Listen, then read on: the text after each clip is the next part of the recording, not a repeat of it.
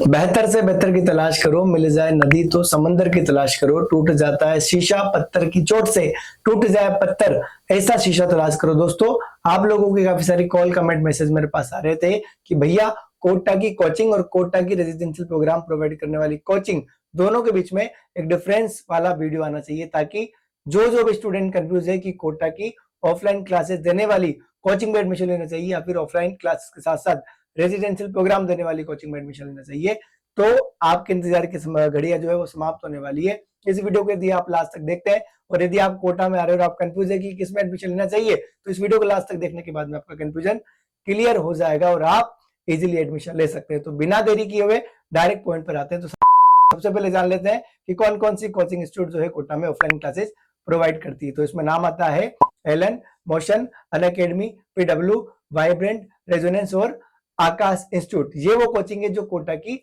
मुख्य कोचिंग है, यानी कि जहां पर बच्चा काफी ज्यादा संख्या में ऑफलाइन क्लासेस ज्वाइन करता है। और बात करें अब रेजिडेंशियल प्रोग्राम वाली कोचिंग है, तो उसमें नाम आता है एलन, मोशन, पीडब्ल्यू और व्यास कोचिंग। दूसरे पॉइंट की बात करें तो कोटा में ऑफलाइन क्लासेस देने वाली जो कोचिंग है, ये सिर्फ और सिर्फ यहाँ पर ऑफलाइन क्लासेज ही प्रोवाइड कराते हैं। इसके अलावा यहाँ पर आपको एक्स्ट्रा कुछ भी नहीं मिलता। लेकिन जो रेजिडेंशियल प्रोग्राम वाली कोचिंग होती है, वो बच्चों को ऑफलाइन क्लासेस के साथ साथ यहाँ पर रहने, खाने, मेस वगैरह आने की हर प्रकार की फैसिलिटी यहाँ पर आपको देती है। तीसरे पॉइंट की बात करें तो ऑफलाइन कोचिंग प्रोवाइड करने वाली जो इंस्टीट्यूट है, वो उन लोगों के लिए ज्यादा बेनिफिशियल होते हैं जिनके पेरेंट्स यहाँ पर कोटा शहर में बच्चों के साथ रहना चाहते हैं। यानी कि पेरेंट्स के साथ रहने वाले बच्चों के लिए बहुत ही ज्यादा बेनिफिशियल होती है ऑफलाइन क्लासेस देने वाली कोचिंग।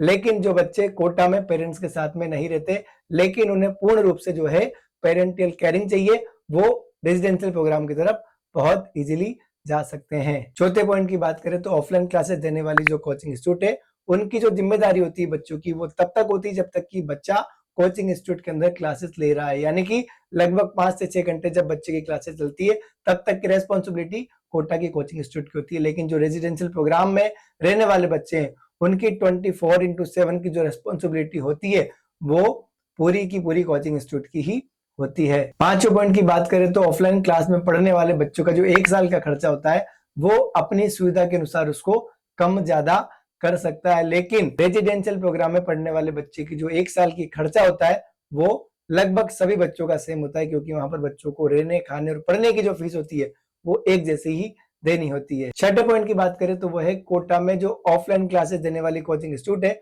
1975-80 के पहले से ही यहाँ पर बच्चों को पढ़ाने का काम कर रही है। लेकिन रेजिडेंशियल प्रोग्राम देने वाली जो कोचिंग है, वो पिछले 2-3 साल से ज्यादा डिमांडेड रही है। और कोटा में 8% टाइम पर सबसे ज्यादा डिमांड यदि किसी की है, तो वो रेजिडेंशियल प्रोग्राम की। उसका कारण है कोटा में होने वाले सुसाइड की संख्याओं का काफी ज्यादा होना, क्योंकि यहाँ पर बच्चों को 24/7 जो है पेरेंटल केयरिंग मिलती है, जिसकी वजह से बच्चों को किसी प्रकार की कोई दिक्कत ज्यादा फील नहीं होती। सातवें पॉइंट की बात करें तो ऑफलाइन क्लासेस वाली कोचिंगों में बच्चों की जो सीट्स होती है, वो काफी ज्यादा अनलिमिटेड होती है। लेकिन रेजिडेंशियल प्रोग्राम में बच्चों की जो सीट्स होती है, वो लिमिटेड होती है। एक लिमिट के बाद में वो बच्चों का एडमिशन नहीं ले सकते हैं। आठवें पॉइंट की बात करें तो यहाँ पर यानी कि ऑफलाइन कोचिंग जो होती है, वहां पर मेंटरशिप बच्चों को नहीं मिलती है। लेकिन रेजिडेंशियल प्रोग्राम वाली कोचिंगों में बच्चों को पूर्ण रूप से मेंटरशिप प्रोवाइड की जाती है। 9वें पॉइंट की बात करें तो 8% टाइम पर जो बच्चे पेरेंट्स के साथ यहाँ पर नहीं रह सकते, उनके अकॉर्डिंग कोटा की जो ऑफलाइन क्लासेस वाली कोचिंग है, उनकी डिमांड थोड़ी सी कम है। लेकिन जो बच्चे पेरेंट्स के साथ नहीं रहते लेकिन उनको पेरेंटियल केयरिंग चाहिए, उनके लिए रेजिडेंशियल प्रोग्राम की जो डिमांड है, वो काफी ज्यादा बढ़ती जा रही है। और 10वें पॉइंट की बात करें तो जो बच्चे कोटा की ऑफलाइन कोचिंग वाली इंस्टीट्यूट में पढ़ते हैं, उनके हॉस्टल्स की जो डिस्टेंस होती है, वो अधिकतर बच्चों की दूर ही होती है। यानी कि कोचिंग इंस्टीट्यूट के जस्ट बगल में जो बच्चे पढ़ते हैं, उनकी संख्या काफी कम होती है, यानी कि उन्हें आने जाने के लिए डिस्टेंस को कवर करना पड़ता है। लेकिन जो बच्चे रेजिडेंशियल प्रोग्राम में रहते हैं, उनकी कोचिंग और रहने की जो फैसिलिटी होती है, यानी कि हॉस्टल जो उनका होता है, वो एक ही जगह होता है, यानी कि उनको आने जाने के लिए डिस्टेंस कवर करना नहीं पड़ता। यानी कि मैंने आपको लगभग 10 जो है ना डिफरेंस बता दिए कि कोटा की ऑफलाइन क्लासेस वाली कोचिंग और रेजिडेंशियल प्रोग्राम वाली कोचिंग के बीच में क्या कुछ मैक्सिमम डिफरेंस हो सकते हैं।